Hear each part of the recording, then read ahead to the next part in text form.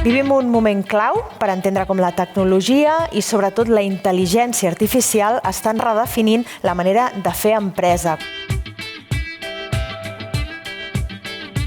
És nova revolució industrial perquè altera la recepta de la productivitat en tots els sentits. Avui per avui, en la meva humil opinió, la intel·ligència humana és superior des del punt de vista de l'esperit crític, des del punt de vista de la humanitat. Per tant, el que hem de fer és utilitzar la intel·ligència artificial com una ajuda a fer tot això.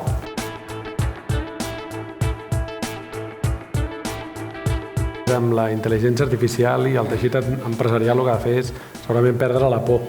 A nivell d'usuari, la IA té un avantatge i és que la barrera d'ús per qualsevol persona és molt baixa. Si tingués un comerç no faria gaire res diferent que fa 10 o 20 anys. Jo crec que tot això de la IA és una tecnologia per poder millorar, per poder fer les coses molt millor. I la part creativa és on van els humans, és el que necessitem per mirar quin comerç, quina empresa vull tenir.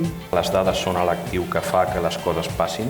Tenir el talent de les nostres organitzacions per portar-ho cap aquí i el talent concebut com a personal propi o un partner tecnològic, aquella empresa estratègica que ens ajuda. Reposem forces i a les 11 en punt us demanem puntualitat, a les 11 en punt tornem-hi. Fins ara.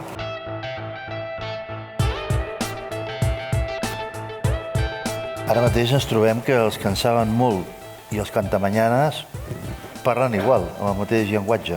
Tu estàs a la teva feina, davant de la teva empresa i cada dia ve algú a dir-te que té una vareta màgica que et pot arreglar tot i costa una miqueta diferenciar els que de veritat ens poden ajudar d'aquests venedors de fum. Estem davant d'una gran revolució que els empresaris han de fer un pas d'obrir-se i aquest pas d'obrir-se implica confiança.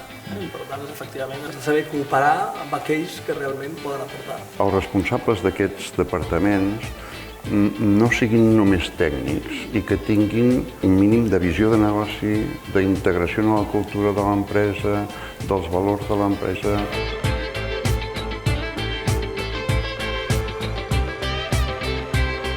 Tota la tecnologia, en el fons, va al servei de l'evolució de la humanitat i en el fons és com ens afecta com a societat, no al revés, no com els homes ens adaptem a la tecnologia. La digitalització o es fa o senzillament deixarem de ser competitius.